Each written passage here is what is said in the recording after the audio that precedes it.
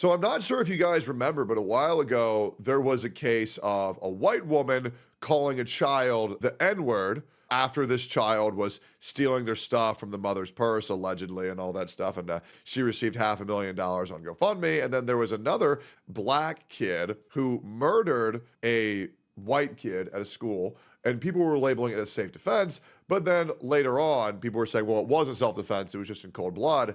And then that kid the black kid who killed the white kid received around 700 grand on GoFundMe. And between these two people, of a white person calling a black person the N-word and a black person killing the white person, a pseudo race war happened. This is a big thing that happened on Twitter, a big thing that happened on even YouTube was being covered by the likes of like Asmongold, myself, Nuxtaku, Sensitive Society, More Pegasus, and many like those as well. Well, it turns out there's been a development in the Karmelo Anthony case, what actually happened during that event, and we will see who won this battle of competitive racism. Now, me personally, I think killing someone is way worse than saying the N-word. I know a lot of people really want to make it seem like saying that word is the biggest crime on earth.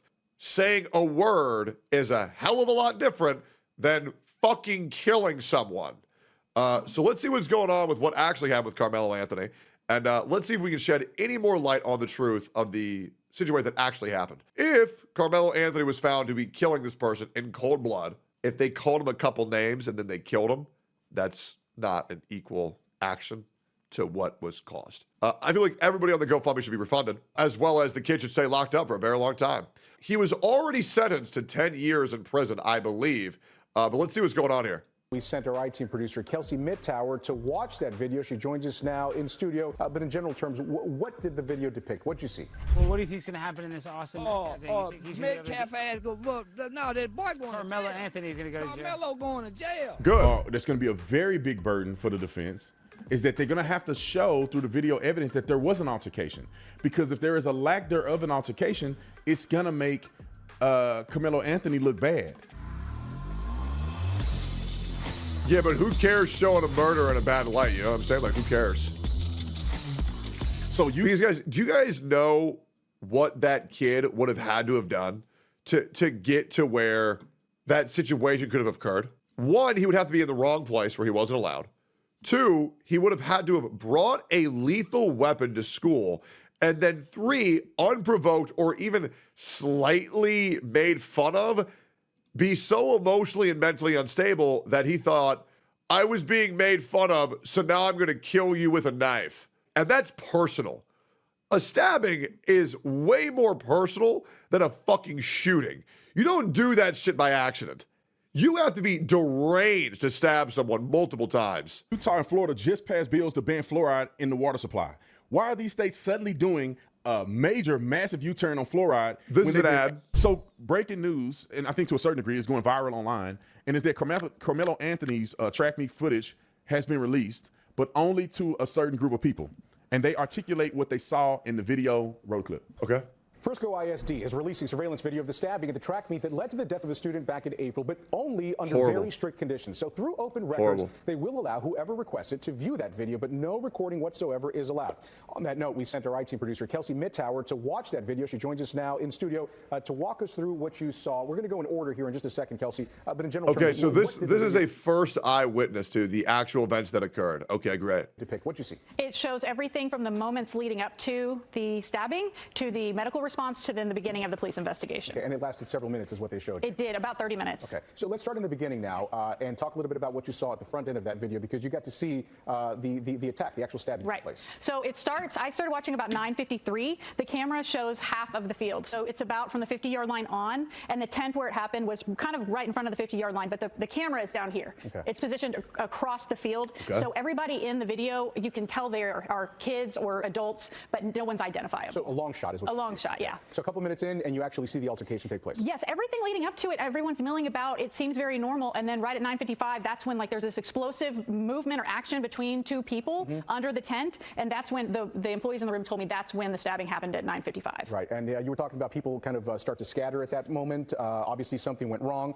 So what happens next? Because now a little Somebody bit just got fucking stabbed. Shows up. Right. So when the ambulance arrives, it actually comes through near the end zone at the gate, and then it comes up to the 50-yard line directly in front of the tent. you can see Austin Metcalf is right here. But then when they pull up close to the tent, they realize that they can't get the stretcher to him because of the barrier of the bleachers. So at that point, then the paramedics have to get out, and then they have to walk all the way back to the end zone. This is actually, yeah, on the next slide. They have to go all the way back to the end zone and then come all the way back. That takes another couple. This is a bunch of really goofy graphics being used to the depiction of a child that was murdered. I'm not gonna lie, like, man, this looks like some fucking Dora the Explorer shit. Of minutes. So at this point, they've arrived and they are actively working on Metcalf at that point. And we want to reiterate, we're using some imagery here to sort of denote exactly what was happening here, these little icons that were using the ambulance, because again, the video was not able to be released. You're watching. Well, yeah, I would assume that it wouldn't be able to be released. Jesus, I wish we had the original video here.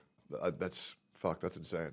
All of this happened, Kelsey, and you're watching the time sort of elapse. What are you thinking about when you see this, especially when you see sort of the issues in getting Metcalf out of there? I mean, you know, I understand why it happened the way it happened. They were still working on him, actually. The thing that really struck me is they're working on him, and that's when you see the rain's coming down heavier, and then they actually pull out the blue tarp. The blue tarp that we saw. Right, and then I noticed the crime scene tape is already up. I was so focused on here, I didn't even see that, but they're building the crime scene actively around him as they're continuing to work on him in the bleachers. So that was here we go. he was Let's talk about this. Let's talk about this real quick. I think it's time for me to interject and get some things established.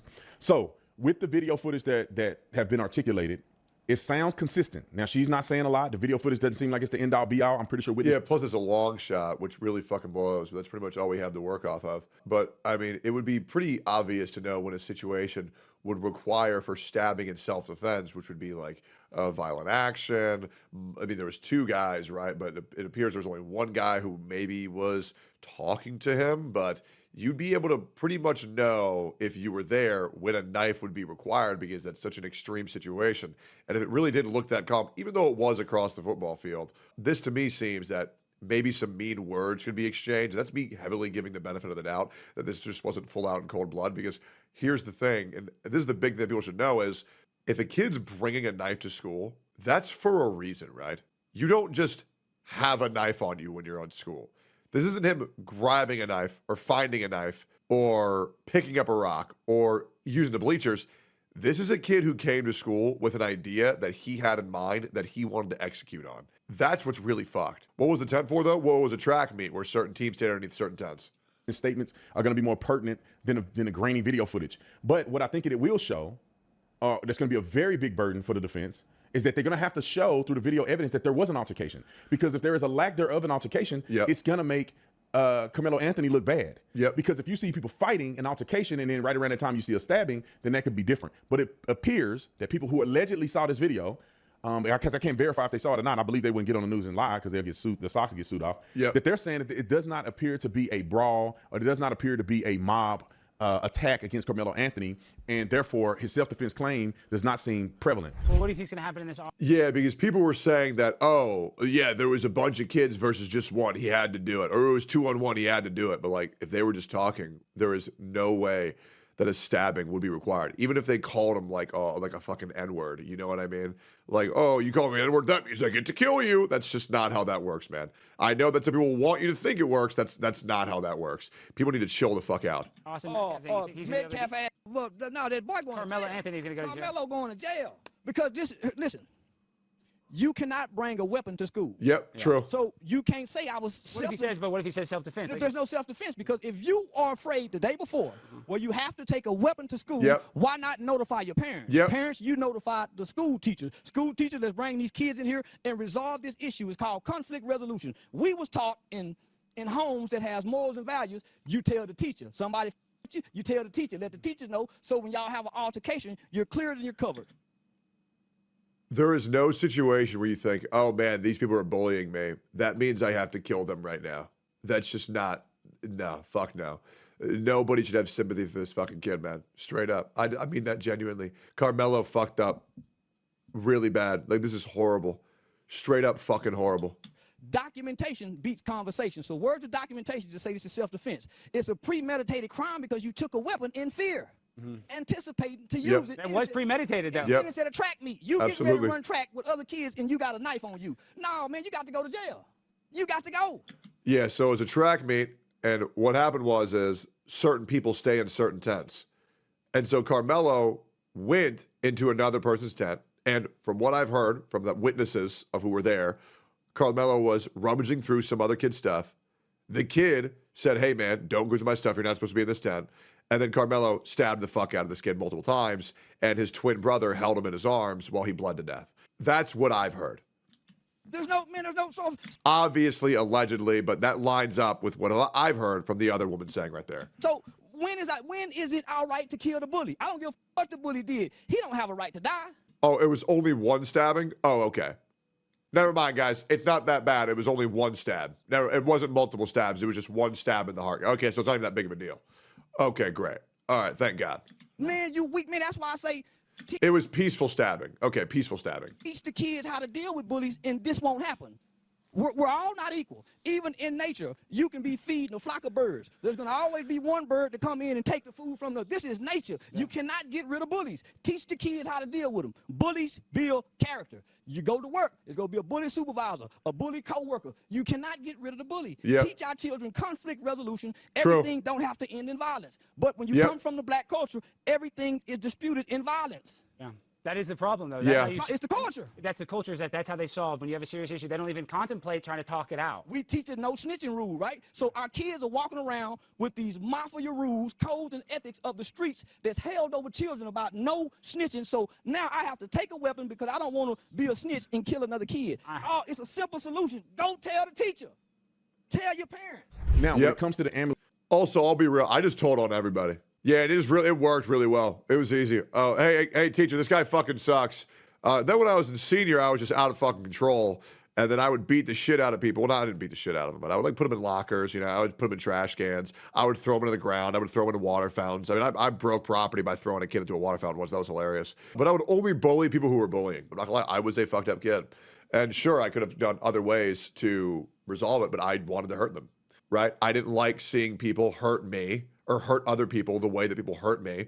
So I decided upon myself to enact my own form of justice because I thought I was fucking Batman and I bullied bullies, you know what I mean? But like, obviously there was a better way to handle that and nobody should do what I did, right? Ambulance working on somebody. I would argue that a medical personnel jumped up into the stands and began CPR as they get the stretcher to come around and get Austin Metcalf. Also, the reason that they put crime scene tape up is because they probably knew that Austin Metcalf had already died. Like, this is one thing I think people have to understand because there's legitimate protocol that you have to do, although do you know that there's an end result. Like, for instance. Yeah, of course. But it's like you don't want little kids seeing a dead body, right? That's going to traumatize them for life. You don't stop doing CPR on somebody just because they die, if that makes sense, right? Until you can get them to a medical facility where they could possibly be reassessed and there could be life-saving measures. If a person is completely dead and they're ruled dead at the scene and there's absolutely nothing you can do to save them, then they will leave the body at the scene, tarp the body, and create crime scene tape. The medical staff will leave, and the coroner will come and get the body later after they process the scene and recreate the scene and everything else.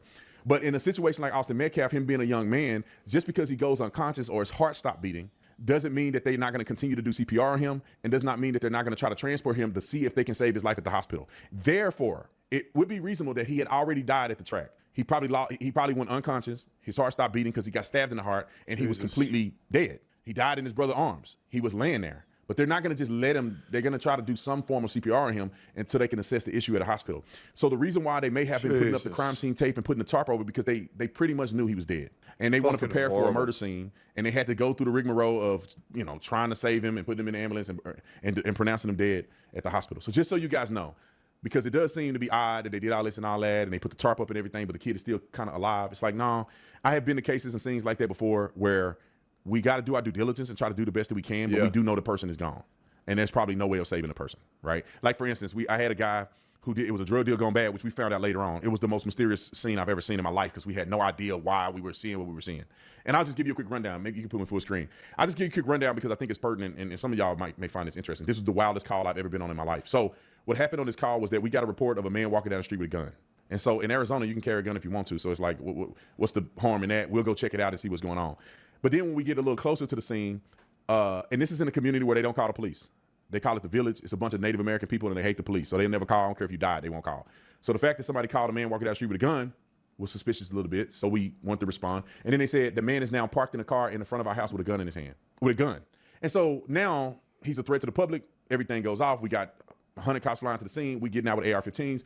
We going up. We see the truck with all the doors open. And then when we get to the truck, we clear the truck, right? And then we clear the area. Nothing's going on. The people in the house haven't come out. Nobody knows what's going on. We're like, how's this truck just sitting here? And then we noticed the guy in the front seat had got shot in the head, and he was literally coagulated blood. He had been sitting there for a period of time. So they didn't even call when he got shot and killed. So then that's when the crazy stuff happened. We couldn't rescue him. We had to use a dog leash to try to get him. He had blood all over his body. He slipped out all his clothes, blood all over my shoes, brain matter on my face because I had to throw him on the gurney, which was an impossibility. Only by the grace of God I can get him up there because he was about 250, 280 pounds. The firefighters, they parked down the street, but they run the gurney. We had to go get the gurney and run it up a half a block because they can't enter into an active crime scene or like an active scene. So we didn't know how to lower the gurney. So the gurney is like about 3 feet tall, 4 feet tall, maybe 3 or 4 feet tall.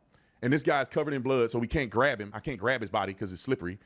We're using a dog leash because one of the K9 unit guys came and helped him. The only way we can get him is try to wrap his upper body in a dog leash and pick his body up and throw him on the thing. Well, you can only imagine that nobody could do it but me. And the guy weighs like 280 pounds. So only by the grace of God, I could lift his body up just enough to get him under my knee, and I flipped him up on the gurney. But when I flipped him up, his head went forward and went back like this. But when his head went forward, some of his brain matter hit me in the face, and blood got on like around my mouth.